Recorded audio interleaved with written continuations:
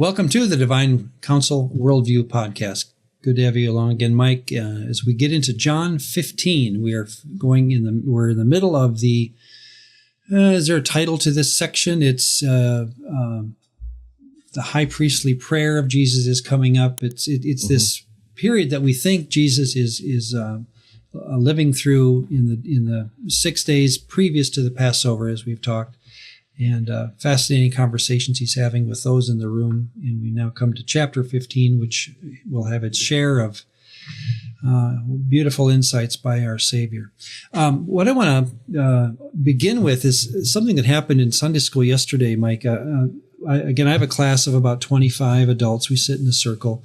Many of them have the same background I do in a conservative evangelical setting. So we've come through, Christianity from various vantage points, but most of us in a conservative setting. And they are now very familiar with a DCW model, or a Divine Counsel Worldview lens by which to look at Scripture.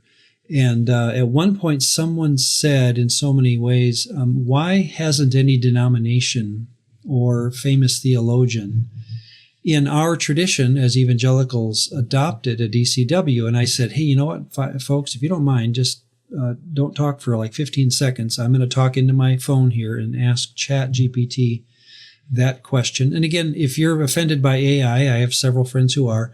I understand your nervousness. I don't use chat for finding truth. I use it for bouncing ideas around. In other words, tell me the possibilities of things, and that's usually how I use it. So take it for what it's worth. But here's what I read into my phone. I said this: why has no major denomination or famous evangelical theologian adopted a Divine Counsel worldview? Are they afraid to? Have they tried and failed? I'm just honestly curious why no denomination has taken this worldview on. Here's what it said. It takes about 3 seconds, and it comes up with its answers. This is a really perceptive question, and the answer isn't that people are afraid, but that several overlapping factors make the Divine Counsel Worldview, or DCW, difficult to adopt at an institutional or denominational level. Let me break it down into some real reasons. Number one, and I'm just going to read these fast to you, Mike. I find them fascinating. And I read them to the people, and they were fascinated by how, good the answers were. Number one, it has been discussed, but mostly at the scholarly level. Okay, I'm just going to skip that one for now, but you know what I mean. It's academic biblical studies, but it really hasn't come down to the level of creeds and confessions. In other words, we haven't put it into a creed or a confession where most people spend their time. Number two, it disrupts. A DCW disrupts long-standing theological categories. The DCW forces uncomfortable questions like, what exactly are the gods of Psalm 82? Are there real spiritual beings with authority under Yahweh? How do we distinguish these from angels? These pressing questions are deeply embedded, that presses against deeply embedded frameworks like classical monotheism or angelology, demonology, those kind of things. Number three, a fear of misunderstanding, not fear of the truth, but a fear of misunderstanding. There is a kind of caution, but it's more pastoral than intellectual. Leaders are worrying that emphasizing a Divine Counsel worldview would sound like polytheism, Mormon-style plurality of gods, mythology over against theology. So many pastors think this is too easy to misunderstand at the congregational level, so it's hard to teach safely. Number four, evangelicalism prioritizes clarity over complexity. Modern evangelical theology tends to streamline things. One God, good angels, bad demons. And the DCW introduces a very nuanced, ancient Near Eastern worldview where gods can refer to actual spiritual beings and categories that overlap, which we're not used to. Number five, again, I'm asking, why hasn't a DCW been adopted by a major denomination? Number five, it hasn't been systematized. This is huge. This is probably the biggest reason.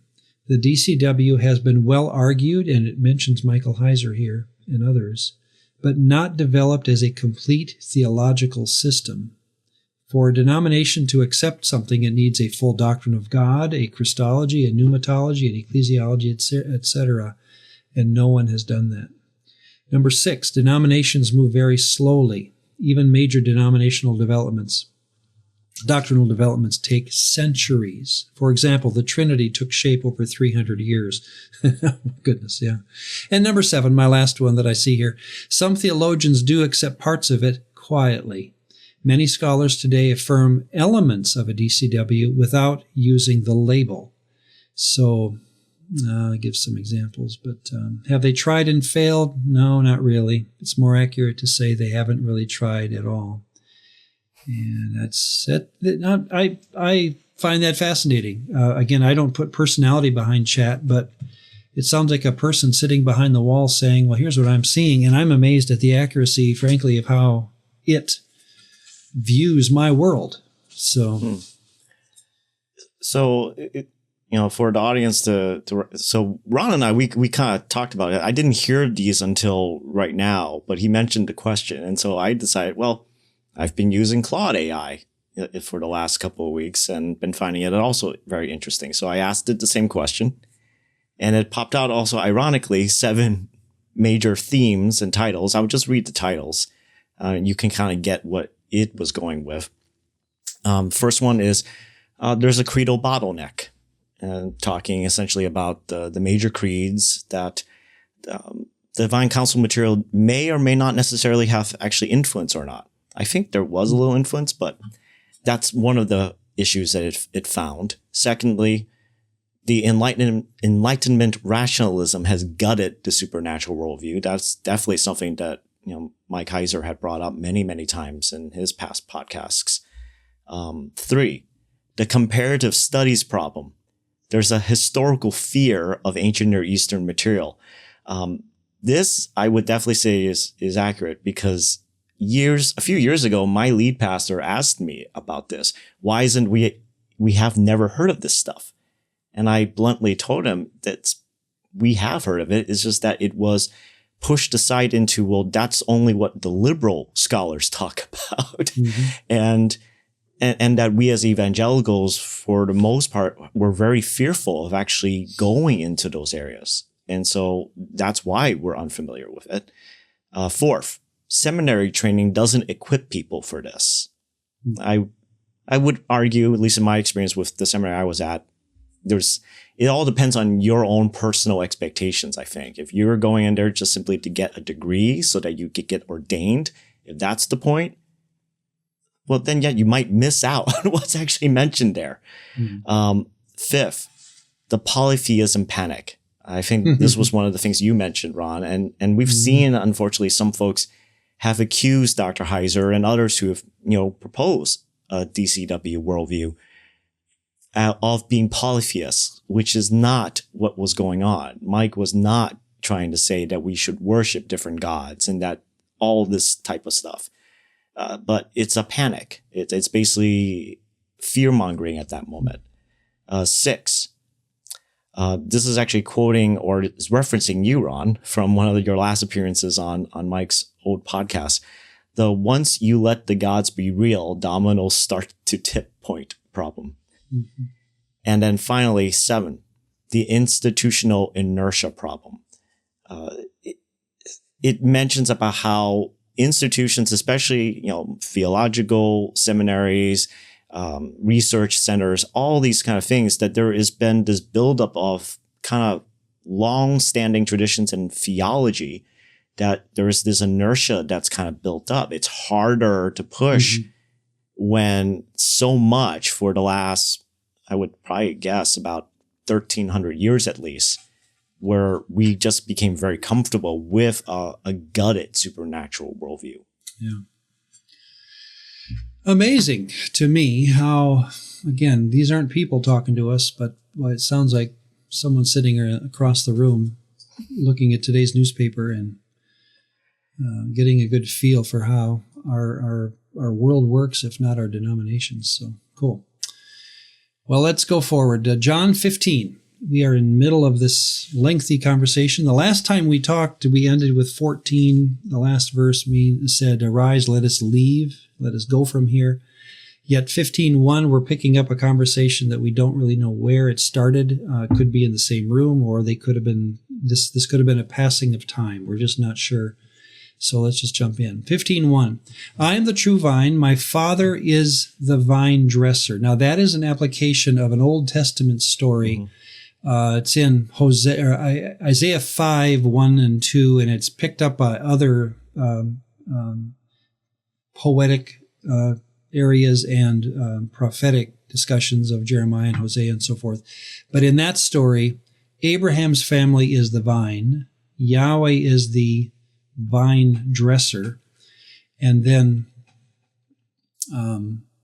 we're just going to pick up on that story.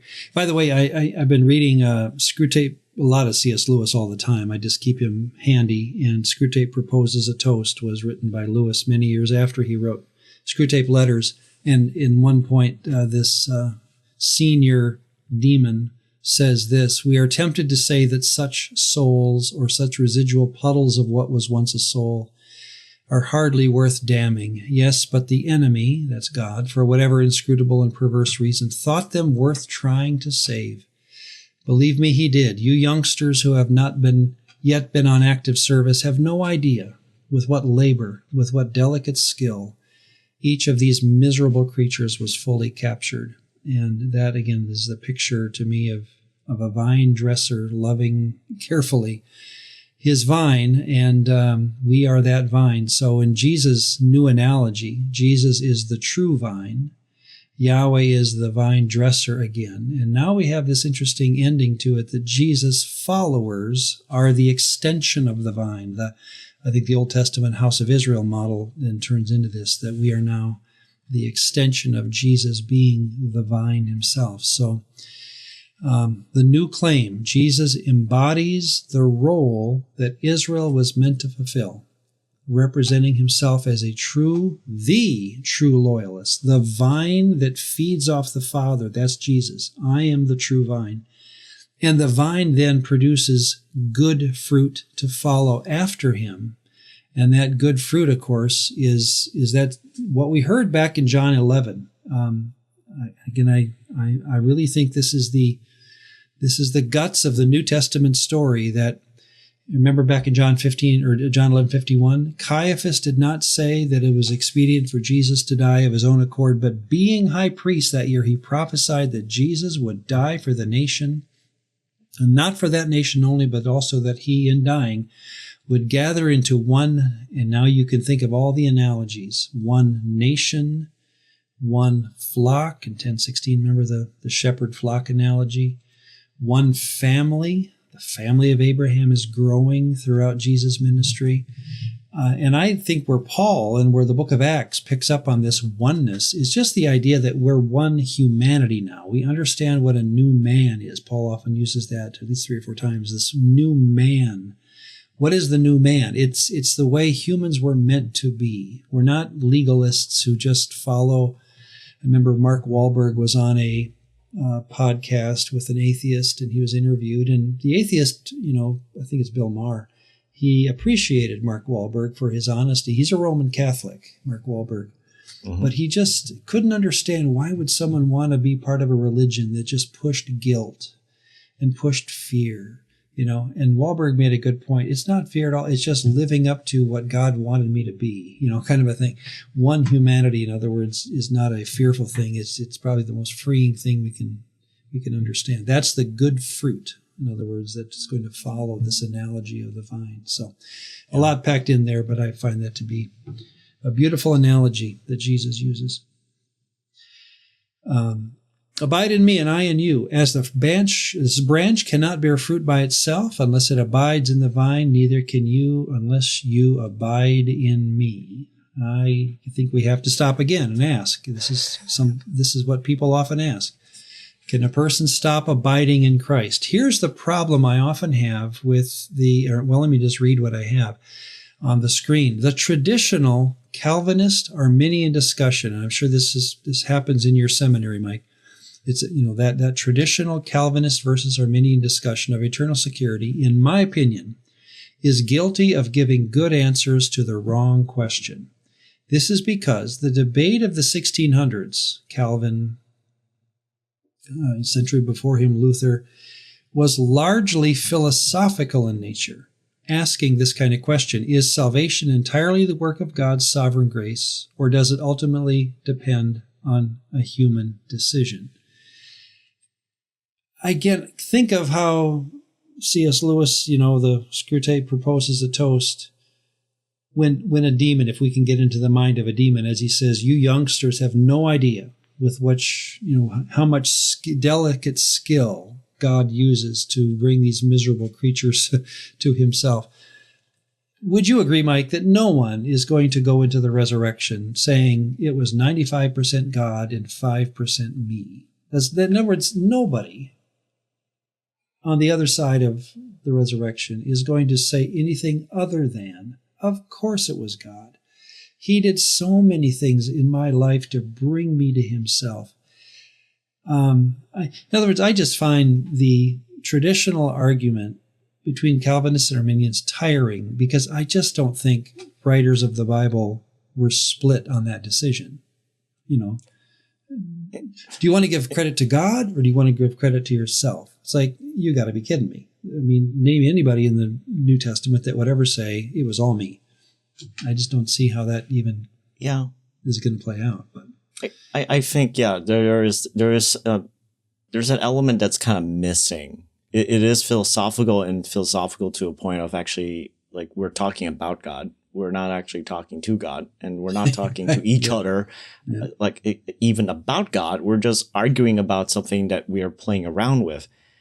But it reminds me of this conversation I had with my wife even just last night, because I've actually seen, like, sometimes people within, for, like, example, the Facebook group that you and I are a part of, that every so often there will be people who will ask questions such as, well, after the resurrection, after all is said and done, what is there to prevent us, those of us who have followed and laid our lives down before this King, what is there to prevent us from sinning? Right? Like, can't we then still choose to rebel, and then thus we just go into this whole cycle again? And I remember that there was an interesting solution that, I will have to say, Western theologians did come up with that I find compelling. And it's the idea of the beatific vision. Of how, if God is truly the be-all, end-all, the most beautiful being in all of existence, even beyond existence, then with faces unveiled, where we can see him completely face to face, finally in that Edenic state, as Dr. Heiser loved to always kind of talk about, is us returning back to that state. I think I would be more than happily compelled to actually be in that loving, obedient relationship and fellowship with the Creator God. That kind of idea of the beatific vision, that we just would be so compelled because the beauty of the Creator himself, it's just overwhelming.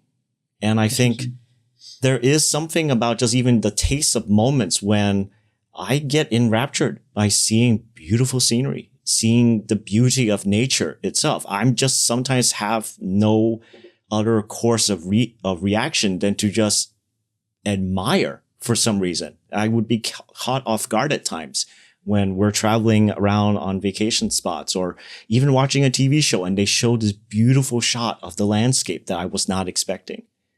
And there is something within me that cries out, that's gorgeous. Like, there's something about it that I'm compelled by that beauty. And so anyways, it's just been something that I've been thinking of. And I think there is something it touches upon something that is very a human reaction that oftentimes in our philosophical thinking, we forget to factor in.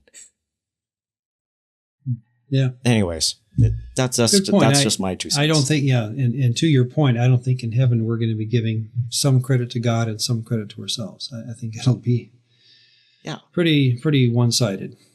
Here's my point, though, about the Calvinist-Arminian discussion being, good answers to the wrong question. My response would be, the biblical story, however, presents a different question. The question in the Bible, or as those reading the Bible would have asked it, would be this. When a person moves from covenanting with one God to another, can they change their mind and return to their original God? And if a person changes their object of worship, what happens? So when Jesus said, abide in me, and he warns, don't stop abiding, I think he's talking about that covenantal idea of, and everyone would have known this in the original world, or the reader's world, that we're talking covenant language with a deity. I go into covenant. I worship this deity. Abide in me. That's all that means. So in that sense, do we have a story of the Bible that is talking like this, worshiping a deity, coming into a covenant with a deity? I think it's all over the place. Abraham, his father served other Elohim. He changes and worships Yahweh. I love the Jacob line. We did this when we did the Genesis study. It's an amazing line. If Elohim be with me, then Yahweh will be my Elohim. Talk about a covenant. I mean, he's just saying, if you uphold your end of the bargain, I'll uphold my end of the bargain. Pharaoh, who was Yahweh that I should obey him? Jethro, now I know that Yahweh is greater. Rahab, Yahweh your Elohim is Elohim above. In other words, you have these lines of conversions, or these people who convert, and they're showing covenant language. That's why, then, in this context, Jesus sounds just the same. If anyone would come after me, let him deny himself, take up his cross. Luke 9. If you continue in my word, John 8:31. If anyone does not abide in me, there we go, 15:6. 7:21. Not everyone who says to me, Lord, Lord, will enter the kingdom, but those who do the will of my Father. There is a covenant being cut as you join into this thing called abiding in Christ. Paul talks the same way to me. If indeed you continue in the faith, Colossians 1:21, provided you continue, Romans 11:22.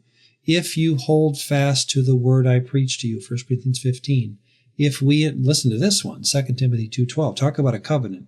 If we endure, he will also reign with him. We will also reign with him. If we deny him, he will deny us. It's simply and I know we don't like to talk this way as evangelicals. We want to say a prayer and get saved. I'm recommending the Bible doesn't talk like that. It talks in terms of a DCW aware theology, talks in terms of a covenant that you're making with the deity.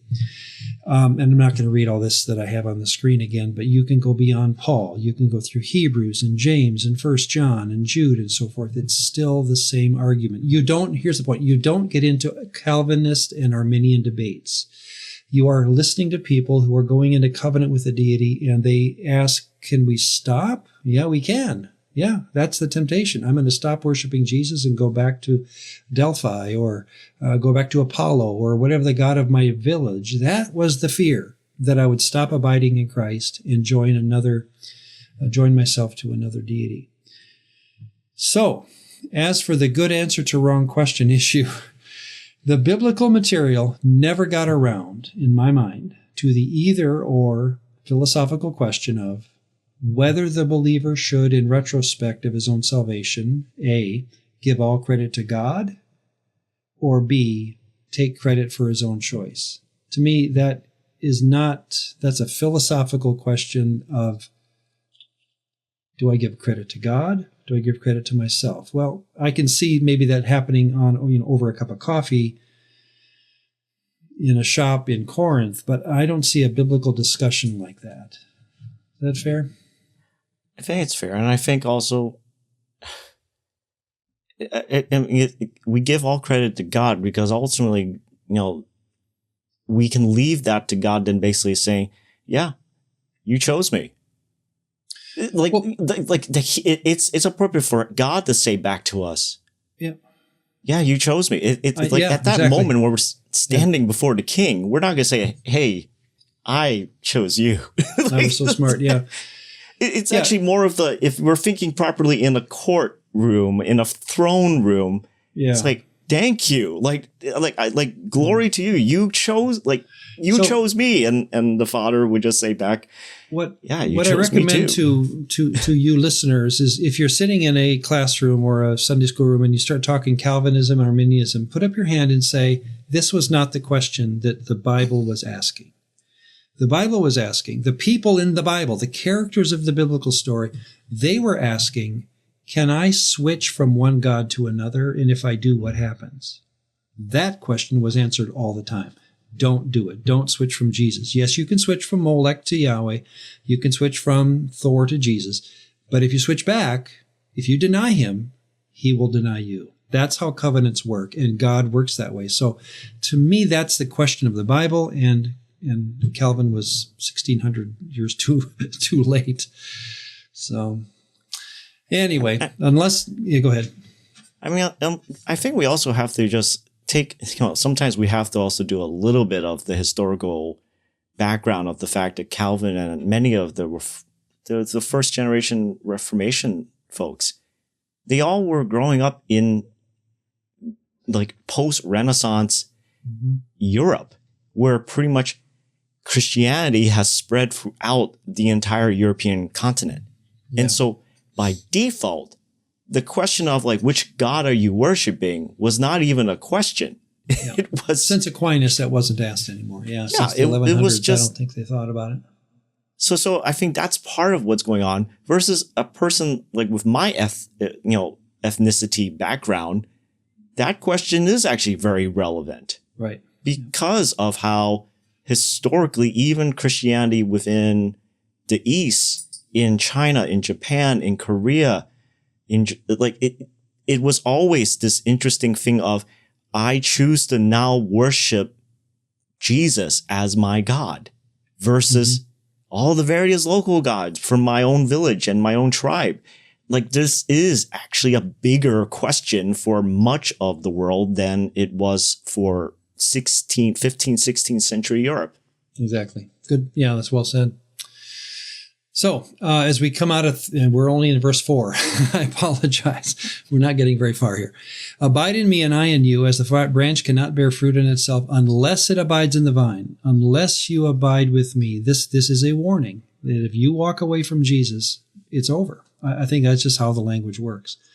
I am the vine, you are the branches. Whoever abides in me and I in him, it is it is that bears much fruit. For without me, you can do nothing. Again, that's not a warning as much as an obvious, this is the way it works, guys. You need to worship me as desperately as you can imagine, because if you don't worship me, it's all for naught. It's just the way it's going to work.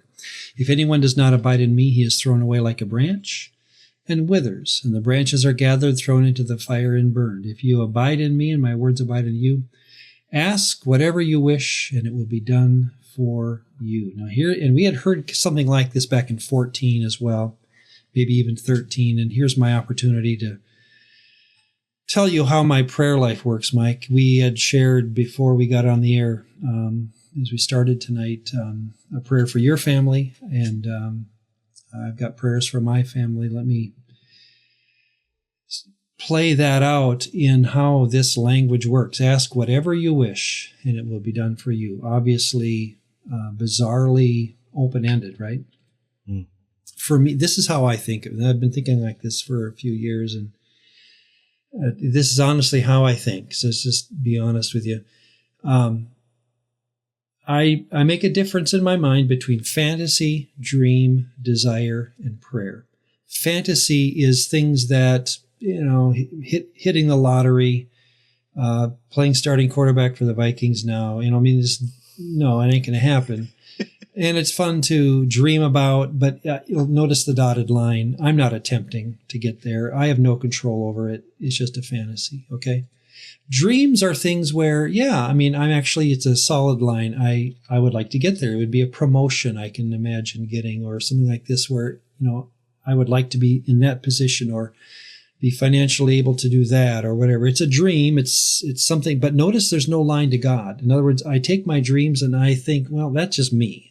I have no reason to pray for it because who knows if it's good for me or not, but it's kind of fun to think about.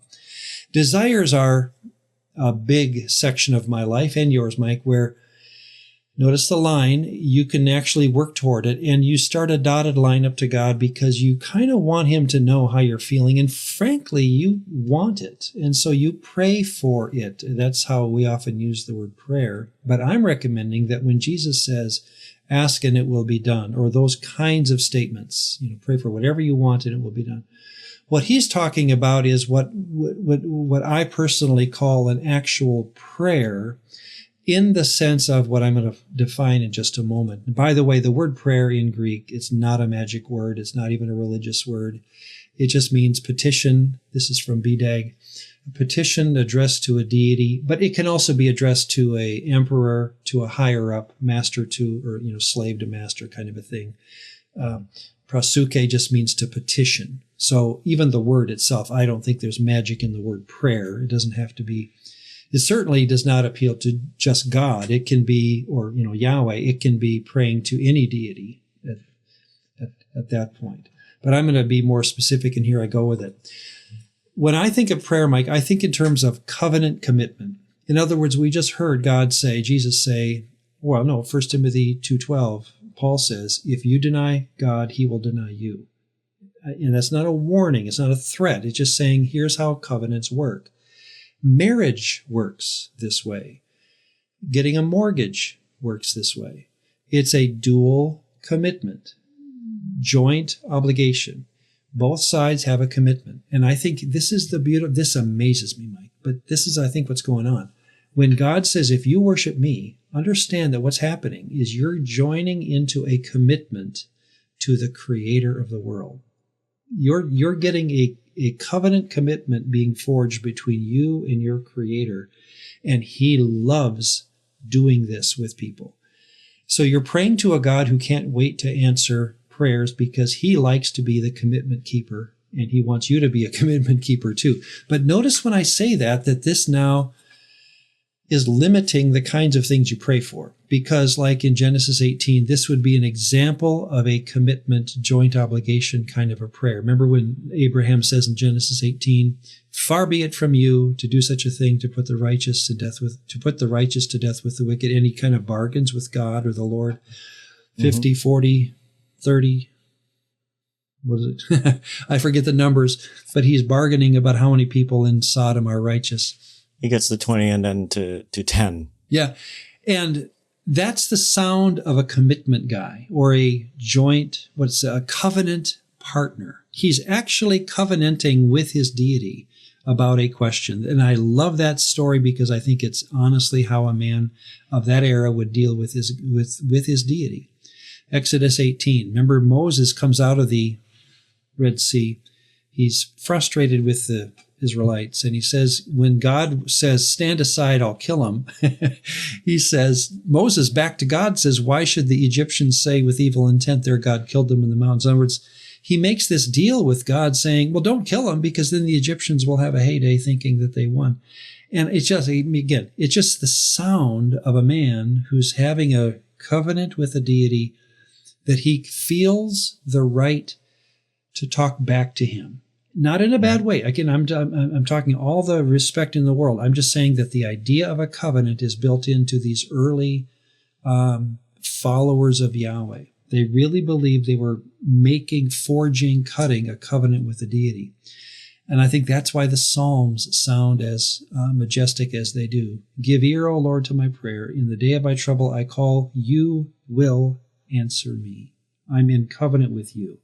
You've promised to do things because I ask, not because I want them or you're a gumball machine, because we're in covenant. And again, that's to me the basis of this. So when Jesus says then in a kind of the related context of Matthew 7, ask and it will be given to you, seek and you'll find, knock and it'll be open. In the context of covenant, this is the kind of God I am. I deal with you in terms of obligational commitments.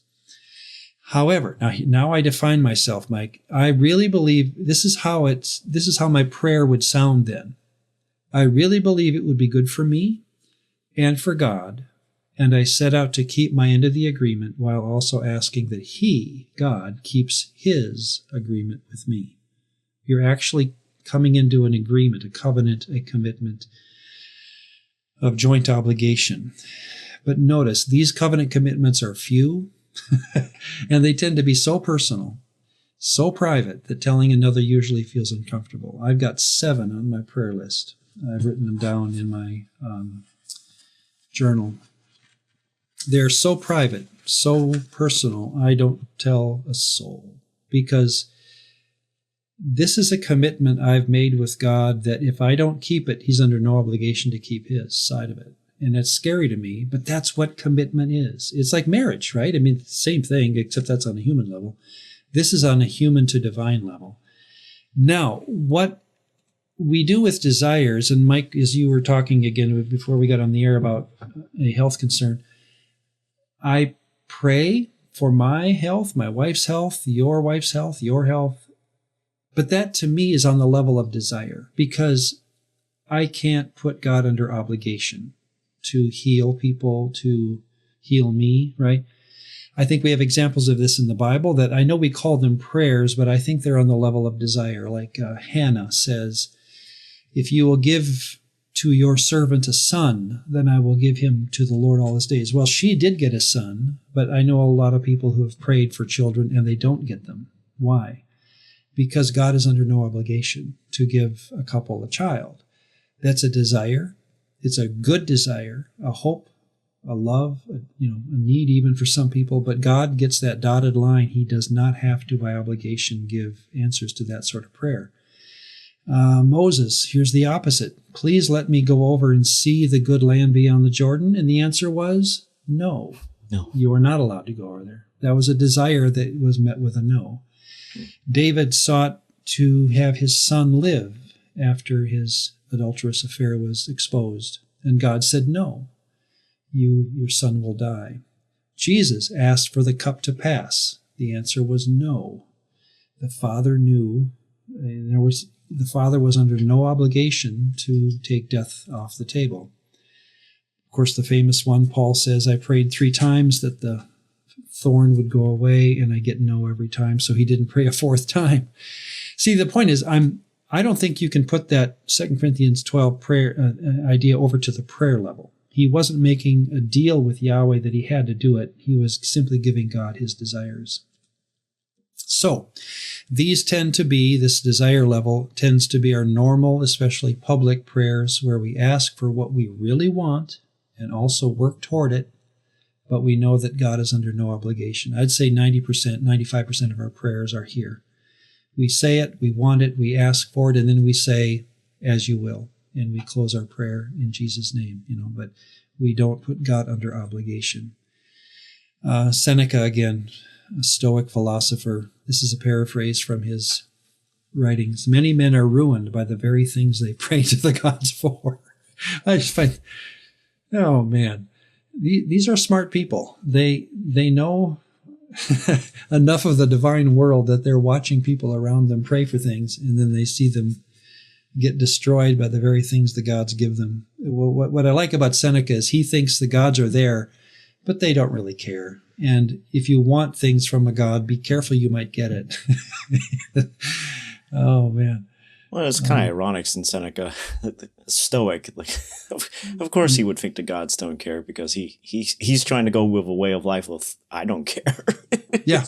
Well, he wants you to be moral and good and patient and kind and loving, but, don't worry about God. He doesn't care. Now, fantasies aren't wrong, but I think you get that James 4:3, you ask and do not receive because you ask wrongly. I think there's just a quick, fleeting, by the way, don't throw your fantasies to God and say, why can't I be the Viking starting quarterback? Well, that's just dumb-headed. You're not fit for that, so don't even bother asking. That's on the level of fantasy. So what do you think? Like I say, I keep my prayer obligation stuff very specific to the level of, it's so private, I don't even tell people, because I'm not good at telling people secrets and then enjoying the secret myself. I'd rather keep it just to myself. And, of course, God knows it, but nobody else. I mean, I appreciate the way that you categorized it. I guess in my mind, I mean, I think that's fine. I just think there's something that just simplistically in verse 7 of when Jesus said, "You abide in me and my words abide in you," that already there, you're allowing yourself to be under the influence and the leading and the guidance of Jesus and his instructions, his teachings, his wisdom, and in many ways, his presence. Well, and actually the next verse, I was going to bring that up, that in 8 and 9, he has this. This is the next verse. "But by this my Father is glorified, that you bear much fruit, and so prove to be my disciples." To me, that would be a good prayer, right? So it would sound like this. To glorify our Father, help me bear, and may I even ask to see much fruit, and so demonstrate to myself that I am Jesus' disciple. That sounds like a prayer to me. It's a covenant commitment. Father, I want to see fruit. I'm going to stick with you. I'm going to become Jesus' disciple. And your part of the commitment, Father, is to bear fruit through me. I think, see, to me, that's where God says, you're on. That I love hearing this from my children. Any father, and I speak as a father here or a grandfather now, you love when your kids come to you and say, I'm going to do this, can you do this? And you want to say, let's do it. You and I, let's do this.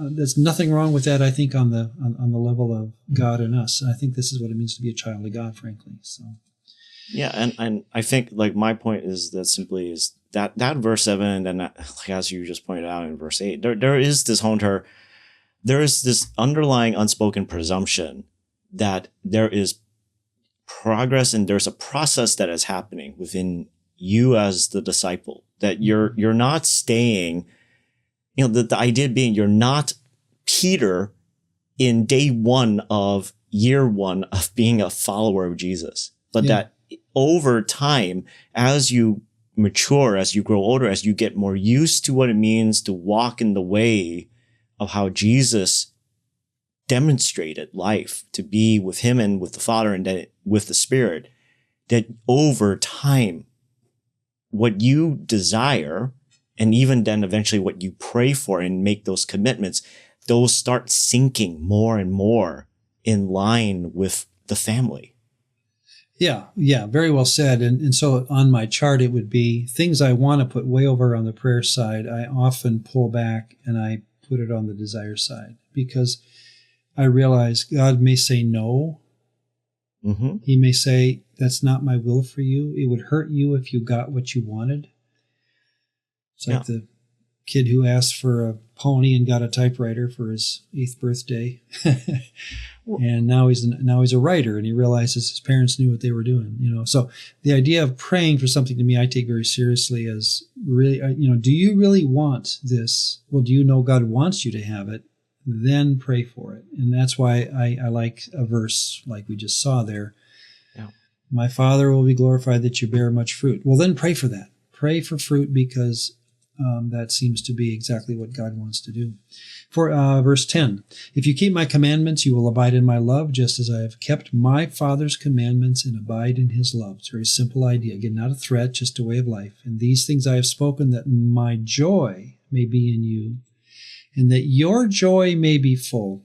Again, what a promise there. This is my commandment, that you love one another as I have. If the context is still in place of, foot washing people in the room that were beyond the 12 disciples, probably, I think that's what he's getting at. Love one another as I have been doing it in front of you guys. Greater love is no one, that someone would lay down his life for his friends, which of course is the story to come. Here again comes this commitment, joint obligation, covenant language. You are my friends if you do what I command you. No longer do I call you servants, for the servant does not know what his master is doing. Doesn't have all the insight in the knowledge of the why question. Why should I do this? Well, you don't tell a slave why. You just say do it. A child, a friend, you actually explain the background of things. But I have called you friends, for all that I have heard from my Father I have made known to you. But again, there's where I would even say now, because I'm a friend, notice my paraphrase, John 15:14, you're a friend and not a servant, so talk with me. This is Jesus talking to me. Talk with me about everything. A friend, I can talk to Jesus as a friend about my dreams. I can talk about my wishes, my desires, maybe my fantasies, but again, they're so outside the realm of truth that who cares? But when it comes to covenant commitments, that's where you are daily working through things with Jesus and the Father. That this, to me, is just the beauty of the covenant. That I think we need to think in terms of salvation as this covenant idea, much more than just the judicial. I'm, not guilty of my Adamic guilt. To me, that's so judicially. It's a symbol of or a metaphor for a guy standing in a courtroom. That's not the story of salvation in the Bible. The story of salvation is covenant commitment between you and a deity, where you get to pray for things and he will answer them. Amazing idea. Well, and I think there is something very interesting in how it is a touchstone in our current culture, where covenant, by already with that word, it's presuming relationship. Yeah. That you want relationship versus judicial matters. They don't care. It's not about the relationship. It's about who's in the right, who's in the wrong, whichever has the highest amount of money, whichever has the least benefits. It's very sterile. There is no relational aspect to it. Versus within thinking of it as a covenant, you're already presuming, well, there's relationship, there's intimacy, there's growth in knowing one another, there's maturity on my part, maturity on the other party's part. It's more dynamic and is also more human, to be blunt. It's more understandable. Yeah. Well, it's what we're made to be.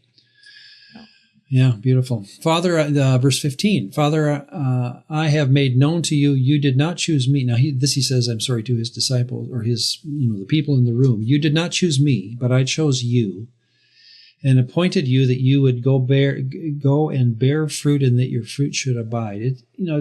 Again, I think Calvin Arminian language is too late for this. This is, again, covenant language, like a husband and a wife admitting during their 20th anniversary, you didn't choose me, I chose you. The other one says the same thing back. You didn't choose me, I chose you. In other words, there's a back and forth here that you kind of play with, that you realize this is a joint thing. So that whatever you ask in my Father, notice what comes right on the top of this is that asking and receiving part. Whatever you ask the Father in my name, he may give it to you. These I command so that you will love one another. If the world hates you, know that it has hated me before it hated you. If you were of the world would love you as its own. But because you are not of the world, again, what's that getting at? I think it's just the sense that this covenant you're making with your Creator is putting you in a different conversation. You don't sound like the rest of the world because of the relationship you have with your Creator. But I chose you out of the world, therefore the world hates you. Remember the word that I said to you, a servant is not greater than his master.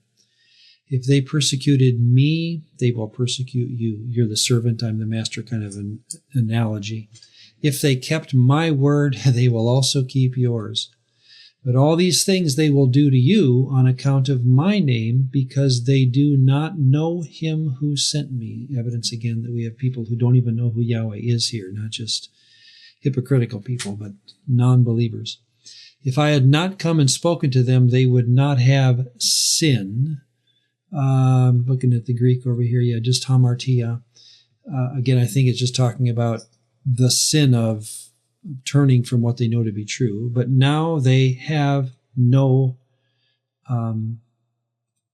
excuse for their sin. Whoever hates me hates my Father also. Again, this is just I want to call it rambling conversation, but what the writer is picking up, some of these phrases seem to have no bearing on the previous sentence. But again, I think what he's saying is you're either on one side or the other. And if you are on Yahweh's side, funny how you believe me. And if you're not on his side, that's why I sense you don't believe my words. In the room, again, in John 15, it sounds like there's someone in the room that Jesus is talking to. that is not one of the 12. If I had not done among them the works that no one else did, they would not have sinned, but now they have seen and hated both me and my Father. But the word that is written in their law must be fulfilled. They hated me without a cause. I didn't write down the reference that Jesus is using there. Do I have time to find it? I don't know. Let's see. 24. It's not hard to find. Hated me without a cause. Well, where's my glasses? Oh, Psalm 35:19 or 69:4. Yeah. Someone. Yeah, that's what I've got. But when the Helper comes, all right, the Helper. Let's get to the Holy Spirit as we close. John 15, whom I will send to you from the Father, the Spirit of truth, who proceeds from the Father. Well, wouldn't you know, this, by the way, and I'll say this fast, but it's amazing to me, as the world looks at Christianity, they see a lot of splits. And this was one of the biggest splits of all time. Can you imagine this line right here? The Spirit of truth who proceeds from the Father. The original Constantinople Creed of 381 stated that the Holy Spirit, quote, proceeds from the Father, quoting John 15 here. Mm-hmm. Over time, the Latin-speaking Western Church added the phrase, and the Son, philokwe. Mm-hmm. One little word, or the phrase, and the Son. So who proceeds from the Father? The Spirit and the Son in the Western Church. Recommending that the Spirit proceeds both from the Father and the Son. The Son and the Father precede the Spirit, shall we say, or generate the Spirit. This is amazing to me. This addition became standard in Roman Catholic liturgy by the end of the Middle Ages, and the Eastern Orthodox Church objected to this alteration and continues to maintain that the Spirit proceeds only from the Father. Mm-hmm. Do you think the guy in the street cares? I'd say he doesn't care. But the great schism of 1054 between the West and East Church was over this phrase, over this one word. And we have, I think there was movement toward getting back together a couple of years ago, from what I remember.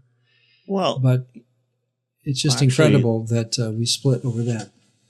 Well, it's actually kind of funny you bring this up, because it was only a couple of months ago that the current Pope made gestures and moves that for the greater unity of Christianity, mm-hmm. and unity between the Western and the Eastern churches, that maybe we really should just return back to what the Creed said back in 381. You have a guy who's actually acknowledging, you know what? Maybe we really should just kind of turn back that clock. Like I care. I'm sorry if I sound, when I say like I care, it's like, okay, well, here's the point that let me read it this way. Let me just say what I have here. The biblical evidence considered in this controversy, which caused the Great Schism, is actually quite limited. While John 15:26 uniquely says that the Spirit of truth proceeds from the Father, peruamai, the verb proceeds is very common and should not be used to create theology. There's my general angst that comes with theology making. We go and find a verse, and we pull it out and say, this is my theology. And we don't realize that the verbs and the nouns and the phrases can probably be, if we look around the text and even in the entirety of the New or Old Testament, it becomes a non-theological point. It's a interesting word picture or something. But so here's my last points here. John's pattern is presented without careful theological precision. Here's how the book of John presents the Father, Son, and Spirit in their relationships. The Son comes out of, ekerchomai, the Father. The Son is sent, pempo, by the Father. The Son is commissioned, apostello, as an envoy by the Father. The Spirit is sent, pempo, by the Son. I don't have the verses here, but these are all just quotes out of the text. The Spirit proceeds, peruamai, from the Father. But notice how peruamai is used, again, in very non-theological phrases or ideas. Water proceeds from Ezekiel's temple in the Septuagint, ek peruamai. Rivers of living water flow. It's a different verb, but the concept is there, from the heart. In other words, coming or proceeding from something is likely symbolic and even synonymous with other verbs of like sound and mind. I really don't sense that, back to the verse that started this whole thing, the Spirit of truth that proceeds from the Father, that we wanted, or God wanted, or Jesus wanted theology to come from that phrase. I think he's just giving a general sense. The Spirit of truth comes from the Father. He will bear witness about me, and you also will bear witness because you have been with me from the beginning. Let's just end it up here and we're done. To you from the Father, and you will also bear witness because you have been with me from the beginning. Here's more evidence again that his statements about the Spirit teaching these people is because they've been with Jesus previously. He will bring to remembrance those things that Jesus has said to them, not to me, but to them. So, all right, we've ended 15, and we still have 16 and 17 before we move into the actual story of the crucifixion. But we'll begin there next time. Anything we've left off, Mike, or left out from our conversation?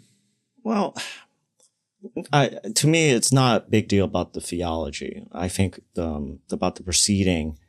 I remember actually reading about this, of how in Michael Birds's evangelical theology, he talks about this. Mm-hmm. And he actually came to the conclusion that he thinks it was appropriate for the Roman Church to mention it, but he also thinks that for the sake of unity, if dropping that phrase would actually better unify both the West and Eastern portions of the church together, then let's do that. Because it like you said, it isn't about that theological precision. I'm also more aware of that historically.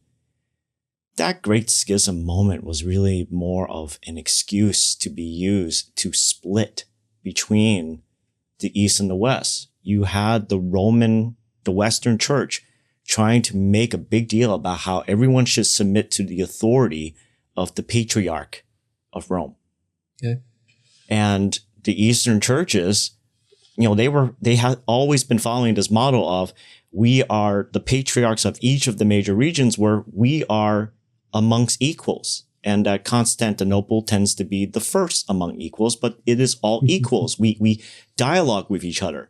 And then you have the Patriarch of Rome saying, well, you need to submit to me. It sounds like there was more going on than theology, right? Yeah, there was a lot more going on beyond just the theology. One of my professors, I loved his classes, Dr. Farburn. He thinks that really for the first 8 centuries was when the East and the West were still united, but by the end of the 8th century, the differences between the West and the East, especially along the lines of language, became so distinct that they essentially became 2 separate organizations. The West spoke primarily Latin, the East spoke primarily Greek, and that it took just 2 more centuries for them to realize we're incompatible right now because we can't even talk with each other in any sort of sensible way. And so this whole thing with proceeding from the Spirit or not, it was more historically seen as, well, this is just a convenient excuse for us to be able to curse one another and just say, let's just go our ways. and that to me is actually sad. It is. And again, if you ask the average Catholic or Orthodox anything about this, they'd say, what are you talking about? I didn't know my church believed that, and I don't know if I care. Mm-hmm. Which again, I think is a fair answer sometimes. This shouldn't be said by a systematic theologian at heart, which I love theology, but sometimes, and I know Dr. Heiser was here when it came to eschatological views, things like that, where number one, you've got to make me care if you're going to make me want to make a decision. Number one, I've got to care. And I think there's a lot of times, I know that I've come to this in my getting older, I don't care anymore about that. there's things I care about, things I don't. And pardon me if I'm wrong on that, but sometimes telling me how I need to care or why I need to care is the biggest point to be made. And on that one, I know that's where I am. So, all right. Well, thank you, Mike, again for your help. And we'll pick it up in chapter 16 next time. We're getting close probably to another Q&A session. If you have any questions or comments, send them to questions.dcwp@gmail.com, and we'll be glad to put them in our queue of questions for our next Q&A. So thank you again, Mike. And for those of you listening along, again, God bless you. And until we meet again, have a great week.